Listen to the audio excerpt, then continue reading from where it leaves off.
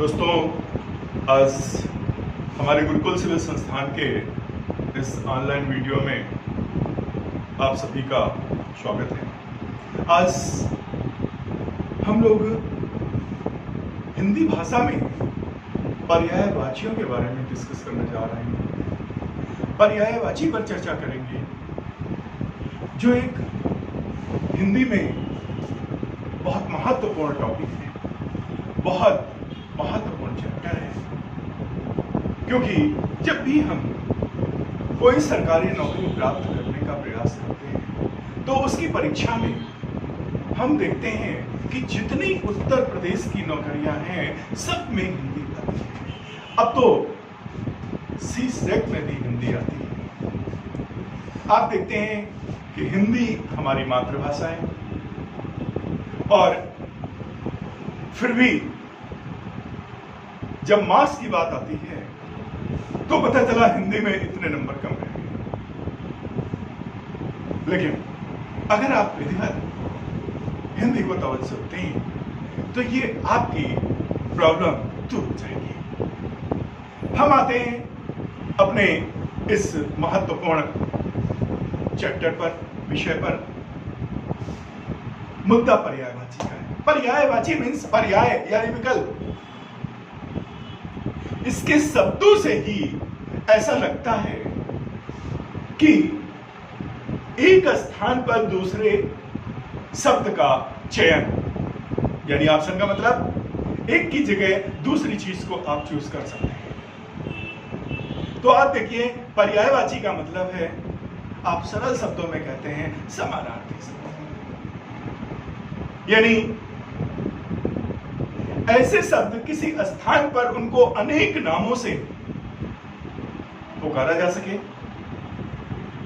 किसी जगह पर, किसी वाक्य पर दूसरे शब्दों का इस्तेमाल कर लिया जाए, वो पर्यायवाची होते हैं। यानी हम जानते हैं किसी एक शब्द के अनेकों पर्यायवाची होते हैं।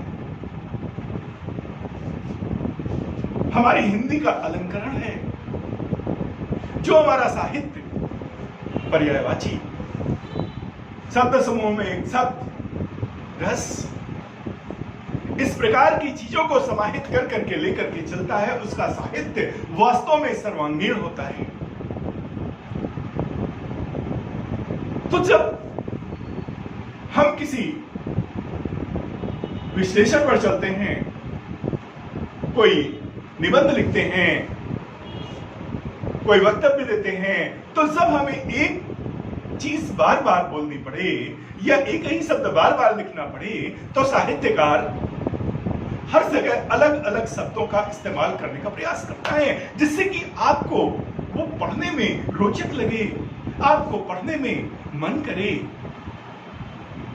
और साहित्य में रस बना रहे। परंतु पर्यायवाची यानी एक ही शब्द के अनेक वो शब्द जो बिना भाव परिवर्तित किए उसको हम इस्तेमाल कर दें, वही पर्यायवाची होते हैं। लेकिन आप देखते हैं कि पर्यायवाची और भी बहुत सारे होते हैं, क्योंकि आप देखते हैं कि किसी व्यक्ति का नाम, किसी वस्तु, उसके गुण, उसके भाव अलग अलग कंडीशन पर परिचायक हो जाते हैं। अलग अलग कंडीशन पर, अलग अलग स्थितियों में उसके भाव बदलते रहते हैं। लिहाजा पर्यायवाची पढ़ने के साथ साथ जो इनका प्रयोग है, जो इनका व्यवहारिक प्रयोग है, हमें बहुत सतर्क रहना पड़ेगा कि हमें कहीं गलत शब्द का चयन न कर लिया जाए। जैसे सपोज करो,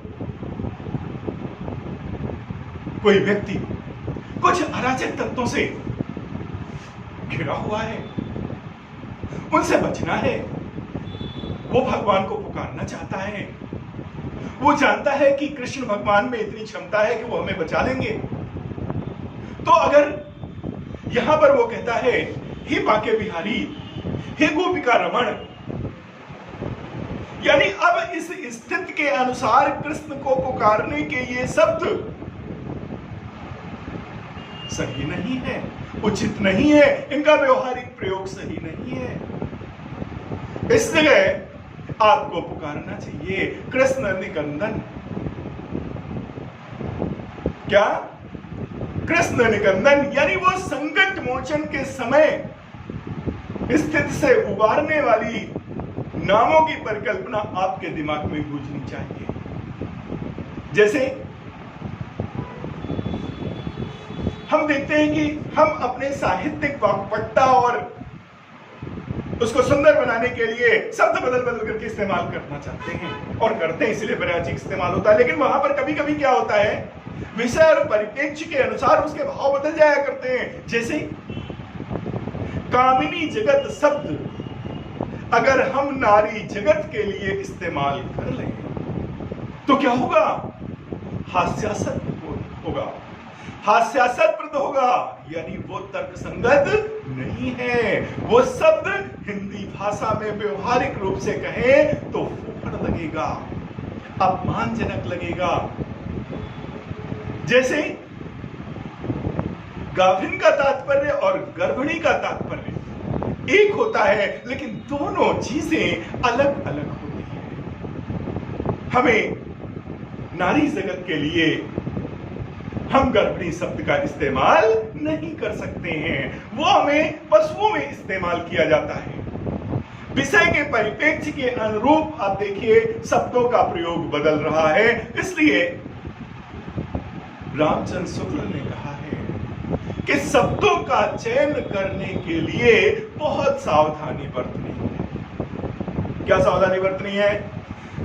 छोटे और प्रचलित शब्दों का ही इस्तेमाल करें, संस्कृत के वो क्लिष्ट शब्दों का इस्तेमाल न करें कि आपकी यथार्थता होकर के व्यवहारिक रूप पे आपका भाव परिपूर्ण न होते हुए दूषित हो जाए। इसीलिए पर्यायवाचियों को 3 प्रकार की कोटि में बांटा गया है, यानी पर्यायवाची के 3 प्रकार बना दिए गए हैं। सबसे पहला पूर्ण पर्यायवाची। पूर्ण पर्यायवाची मतलब जब किसी एक शब्द की जगह दूसरा शब्द इस्तेमाल करने से अगर उसका भाव, उसका प्रसंग ना बदले तो वो पूर्ण पर्यायवाची होगा। क्या होगा? पूर्ण पर्यायवाची होगा। जैसे घर, आश्रम, मठ, विला। परंतु अगर उनका भाव बदलता है तो फिर वो पूर्ण पर्यायवाची नहीं। इसी तरीके से एक पूर्णापूर्ण पर्यायवाची। पूर्णापूर्ण पर्यायवाची का मतलब किसी एक ही कार्य विशेष के लिए 2 शब्दों का इस्तेमाल। 2 शब्द इस्तेमाल नहीं किए जा सकते, ये पूर्णापूर्ण पर्यायवाची हो गया। जैसे खाना खाना, कपड़ा लटकाना, निगलना, जस्ट लाइक, ये सब क्या है? ये पूर्णापूर्ण पर्यायवाची है। दूसरा अपूर्ण पर्यायवाची। अपूर्ण पर्यायवाची वो पर्यायवाची होते हैं जब किसी व्यक्ति के माध्यम से उन शब्दों के स्वरूप को बदल बदल करके इस्तेमाल किया जाए, परंतु उन शब्दों के प्रयोग से उनके भाव में तब्दीली आ जाए, भाव बदल जाए, तो वो हमारे अपूर्ण पर्यायवाची होते हैं। ये सब आपको इसलिए सिखाया जाता है कि आप इसके प्रयोग करने से बचें। आप ऐसे लिखते हैं, निबंध लिखते हैं, आप चिट्ठी लिखते हैं, ये परीक्षा में भी आता है, तो ऐसे शब्दों से बचें। केवल हमारे बहुत सारे पर्यायवाचियों का प्रयोग पद्य में जरूर होता है, वहां पर सुर ताल मिलाने के लिए उनको कर लिया जाता है और उसके अनुसार उसके अर्थ को भाप लिया जाता है। तो इसलिए जैसे मैंने अभी कामिनी जगत की बात बताई थी कि वो पर्याय है नारी जगत का, लेकिन अगर नारी जगत के लिए कामिनी जगत का इस्तेमाल कर दिया जाए तो हास्यास्पद होगा, यानी ठीक नहीं होगा, तार तार करने वाला शब्द आ जाएगा। तो इस प्रकार से हमारे हुए ये पर्यायवाची के 3 प्रकार, यानी नंबर 1 पूर्ण पर्यायवाची, नंबर 2 पूर्ण पर्यायवाची, नंबर 3 अपूर्ण पर्यायवाची। अब आ जाते हैं कि पर्यायवाचियों के बारे में कुछ आपको बहुत महत्वपूर्ण पर्यायवाची हैं जो अक्सर परीक्षाओं में आते हैं। अब अगर उनको हमारा याद करने का तरीका बेहतर होगा, ट्रिक्स होगी, लय होगा, शब्द आप भूल नहीं सकते हैं। जैसे अल्फाबेट में हम सबसे पहले आ में ही आ जाइए। आ में आते हैं, जैसे सबसे पहला आपको पर्यायवाची मैं आंख के बारे में बताता हूं। आंख के बारे में जब भी पर्यायवाची करते हैं, आप बहुत सारी किताबें पढ़ते हैं, हर जगह होते हैं, लेकिन आप उन पर्यायवाचियों को लय ताल के अनुसार अपने को याद करने का प्रयास करें, समझने का प्रयास करें, वो कभी नहीं भूलेगा। जैसे ये देखिए, आंख का पर्यायवाची लोचन नयन विलोचन नेत्र, चक्षु दीदा दृग ईक्ष प्रेक्षण, यानी लोचन नयन विलोचन नेत्र, दृग चक्षु दीदा प्रेक्षण। मतलब इस तरीके से अगर आप तैयार करेंगे तो याद रहेंगे। कैसे? लोचन नयन विलोचन नेत्र दृग चक्षु दीदा प्रेक्षण ईक्ष। मतलब इस तरीके से अब आप देखिए, लोचन नयन विलोचन नेत्र अच्छी चक्षु दीदा दृग ईक्ष प्रेक्षण। तुमने क्या बताया? लोचन नयन विलोचन नेत्र दृग चक्षु दीदा ईक्ष प्रेक्षण। याद करने में बड़ा आसान होगा। सेकंड में आ जाइए, अचला। लड़कियों के नाम होते हैं अचला। आप देखिए, अचला का मतलब क्या होता है? पृथ्वी। बहुत सारे बच्चों को ये नहीं पता होता अचला मतलब क्या होता है। अब पृथ्वी है तो क्या होगा? भू भूमि धरा धरती अवनी अंबर वसुंधरा, भू भूमि धरा धरती अवनी अंबर वसुंधरा, पूर्वी मेदिनी, पूर्वी मेदिनी गोवा स्थिरा। यानी आप देख सकते हैं, जैसे भू भूमि धरा धरती, क्या हुआ? भू भूमि धरा धरती अवनी अंबर वसुधा वसुंधरा, पूर्वी मेदिनी क्षिति गोवा स्थिरा मही। है ना? ये आपके काहे के हो गए? पृथ्वी। किसी आसानी के साथ भू भूमि धरा धरती अवनी अंबर वसुधा वसुंधरा, पूर्वी मेदिनी मही स्थिरा गोवा।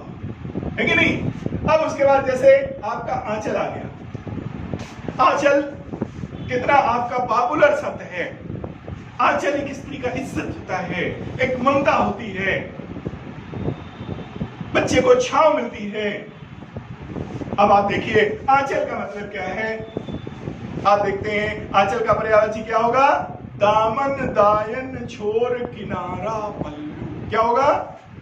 दामन दायन छोर किनारा पल्लू खूंट। यानी ये आपके पर्यायवाची। आप अक्सर जब मार्केटिंग करने जाते हैं तो आप देखेंगे, जब भी आप साड़ी महिलाएं लेने जाती हैं तो वो जो सेल्समैन होता है वो कहता है मैम देख लीजिए। अगर आप दुकान से जाने भी लगते हैं तो आपको दिखाने लगता है। खट से वो क्या करेगा? आंचल जानेगा। तो कोई कहेगा मैम जरा आंचल देखिए, कोई कहेगा मैम जरा दामन देखिए, कोई कहेगा मैम जरा दायन देखिए, है कि नहीं? कोई कहेगा मैम जरा पल्लू देख लीजिए, कोई कहेगा किनारा देखिए। मत लीजिए, आप देख लीजिए। मतलब ये उनकी सेल करने की गुणवत्ता है और आप उसी को देख करके उसको ले लेते हैं, पसंद कर लेते हैं, ठीक है ये ले लीजिए। यानी आप मार्केटिंग करने जाएंगे, आपको सारे पर्यायवाची आपको मिल जाएंगे। इसके बाद आपका आ गया क्या? असुर। असुर का क्या होगा? दानव धनुज दैत्य निशाचर। क्या? दानव धनुज दैत्य निशाचर रजनीचर तानीचर। है ना? ये तो कहते हैं रजनीचर रात में चलने वाला, तानीचर अंधेरे में चलने वाला, दमिया अंधेरा, और यातुधान सुरारी। क्या होगा? यात उधान सुरारी और राक्षस। तो कहते हैं आपको कितने बड़े आछी मिल गए? क्या हो गया? दानव धनुज दैत्य निशाचर। क्या? दानव धनुज दैत्य निशाचर, रजनीचर तमीर चर, यात उधान सुरारी राक्षस। देन कम आम। आम सीजन है। आप देखिए आमों का सीजन आ रहा है, सबको अच्छा लगता है, बहुत प्रिय है, सभी फलों में राजा है, इसीलिए क्या कहते हैं? फल श्रेष्ठ कहते हैं। सभी फलों में अच्छा है ना, तो इसीलिए क्या कहते हैं? फल श्रेष्ठ कहते हैं। रस से भरा हुआ होता है, इसीलिए रसाल कहते हैं। संस्कृत में अम्ब कहते हैं, आम्र कहते हैं। अब आप देखिए कैसे पर्यायवाची, यूं ही मिलने किताब की जरूरत नहीं है। क्या है? संस्कृत में आम्र कहते हैं, अम्ब कहते हैं, तो एक आम्र पर्यायवाची हो गया, एक अम्ब पर्यायवाची हो गया। अब उसके गुण पर जाइए, रस से भरा हुआ होता है, रस चूसते हैं, है कि नहीं? तो क्या हो गया? विशाल हो गया, है कि नहीं? उसका फलों में श्रेष्ठ है, फल श्रेष्ठ हो गया, है ना? मन मथालय हो गया। तो इस प्रकार से आप देखिए सहकार हो गया, रसाल हो गया, तो क्या आ जाएगा? आम्र पियम्बु पिकबम। और दो कठिन शब्दों को पहले इस्तेमाल कर लीजिए, आम्र पियम्बु पिकबंधु। पियम्बु पिकबंधु यानी कोयल के सबसे रिलेटेड है। आम्ब अमृत फल, फल श्रेष्ठ रसाल सहकार मन मथालय। आराम से याद करने का प्रयास करिए, किताब से रटने की जरूरत नहीं है। क्या हो गया? मैंने क्या बताया? फल श्रेष्ठ बताया, रसाल बताया, सहकार बताया, अम्ब बताया, आम्र बताया, पियम्ब बताया, पिकबंधु बताया, है कि नहीं? तो इस प्रकार से ये आपके क्या हो गए? आम के पर्यायवाची। और दूसरा आपकी आकृति। अब आप देखेंगे आकृति, सोचेंगे आकृति के पर्यायवाची बताइए तो बड़ा कठिन है, बट कुछ भी कठिन नहीं है। आकृति का क्या मतलब होता है? आकृति मतलब स्वरूप। आकृति मतलब स्वरूप। और स्वरूप को क्या कहेंगे? स्वरूप को बनावट कहेंगे। स्वरूप को क्या कहेंगे? बनावट कहेंगे। और क्या कहेंगे? डील डोल। कहते हैं ना, फलाने का डील डोल देखा है, या फलाने का चेहरा मोहरा देखा है, फलाने का नाक नक्श देखा है। उस लड़की को देखने गए थे, उसका क्या है? उसके नाक नक्श देखे थे, उस लड़के को देखा, उसका डील डोल देखा, उसका चेहरा मोहरा देखा। अक्सर आप व्यवहारिक रूप से प्रयोग करते हैं, यही आपके पर्यायवाची है। तो आपका क्या हो गया? आकृति का क्या बताया? डील डोल आकार, बनावट, चेहरा मोहरा, नयन नक्श, स्वरूप, गढ़न। कहते हैं कि गढ़ गढ़ के बनाया गया है, गढ़ा गया है, तो गढ़न है ना, गढ़ करके बनाना। तो क्या क्या हो गया आकृति का?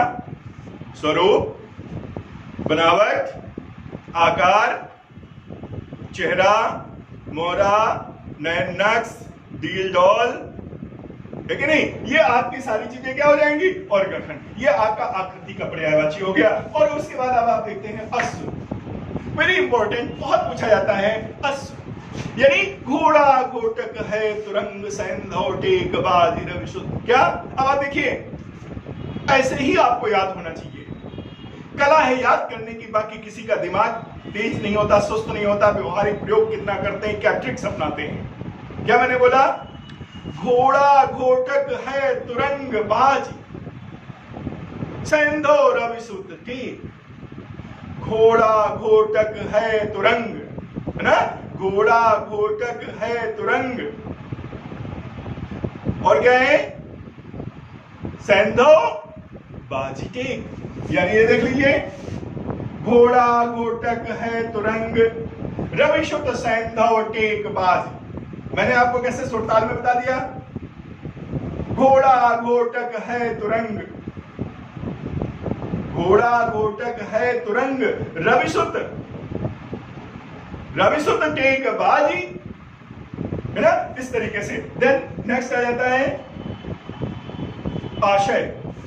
आशय कहते हैं, इसका आशय बताइए। आशय यानी पर्याय, यानी मायने, यानी अर्थ, यानी तात्पर्य। क्या क्या हो गया? आशय का मतलब अभिप्राय, मायने, अर्थ, मतलब, मायने। देख लीजिए क्या है? अभिप्राय। इसका अभिप्राय बताइए, मतलब बताइए, अर्थ बताइए, तात्पर्य, इसका भाव क्या है, इसके बायनिंग क्या है। डेली यूज की चीजें हैं, कोई धराव नहीं है। नेक्स्ट, आंसू, बड़ी कीमती चीज है, अक्सर इस्तेमाल होती है, हर कोई इस्तेमाल करता है, कोई कहीं भी इस्तेमाल कर सकता है और कोई चुपके से इस्तेमाल करता है। कोई दिन दहाड़े रोने लगता है, आंसू बहाता है, तो कोई रात में अंधेरे कमरे में बहा देता है, लेकिन बहाता है। अब आप देखिए, अश्रु क्या है, आंसू का क्या होगा, अश्रु। अब आंसू नैनों से पानी निकलने वाला है, तो आंख का कहेंगे नेत्र, और पानी का नेत्र तो क्या हो गया, नेत्र नीर, नेत्र वारी, वारी माने भी पानी होता है, और देन नयन जल, आंखों का जल, नयन जल, और उसके बाद क्या हो जाएगा, नहन नीर। यानी ये आपके आंखों के हो गए, कितने स्वाभाविक से है जो हरदम इस्तेमाल करते हैं, ठीक है। देन कम आकाश। अब जब आकाश की बात आएगी तो आकाश में आप देखिए, गगन नभ अंबर व्योम शून्य, क्या, गगन नभ अंबर व्योम शून्य, धौ अंतरिक्ष आकाश, है ना, बहुत आसानी के साथ कर सकते हैं। गगन नभ अंबर शून्य व्योम, है ना, गगन है, उसको नभ भी कहते हैं, अंबर भी कहते हैं, व्योम भी कहते हैं, अंतरिक्ष भी कहते हैं, धौ भी कहते हैं, अनंत भी कहते हैं। अनंत है, व्यापक है, शून्य है ना, तो क्या हो गया, गगन नभ अंबर व्योम शून्य, अनंत अंतरिक्ष अम्र धौ। और क्या कहेंगे, एक और शब्द है, वो है पुष्कर। क्या है, पुष्कर, और पुष्कर है अजमेर में। पुष्कर हमारा तीर्थ स्थल है, वो है अजमेर में, वहां ब्रह्मा जी की मंदिर भी है और वहां कल्प वृक्ष भी है कि नहीं। तो ये आप देखिए, पुष्कर किसको भी कहते हैं, अंतरिक्ष को भी कहते हैं। तो क्या क्या हो गया, गगन नभ अंबर व्योम शून्य, है ना, गगन नभ अंबर व्योम शून्य, धौ अंतरिक्ष आकाश अनंत, है कि नहीं, पुष्कर। देन कम आनंद, मतलब आनंद से समापन करने जा रहे हैं आपके पर्यायवाची का आज के इस पोर्शन में। आनंद यानी उल्लास, यानी हर्ष, यानी सुख, यानी चैन, यानी प्रसन्नता, यानी आप प्रसन्न रहना चाहिए, है ना, और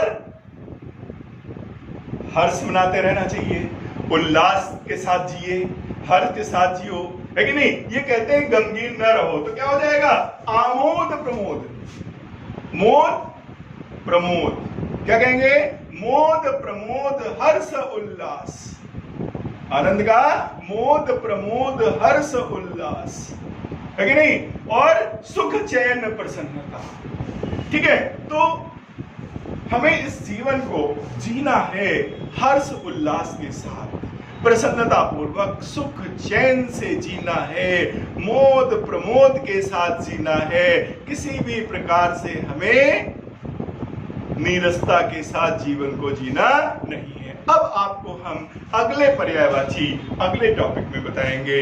इसी के साथ आपको धन्यवाद देने से आपको ये चीज बताने जा रहे हैं कि आप इन वीडियो को प्रॉपरली सुने और पूरा सुने, तभी इसका मतलब निकलेगा। और चैनल को जिसने सब्सक्राइब नहीं किया है उसको सब्सक्राइब करें और दोस्तों को शेयर करें। धन्यवाद।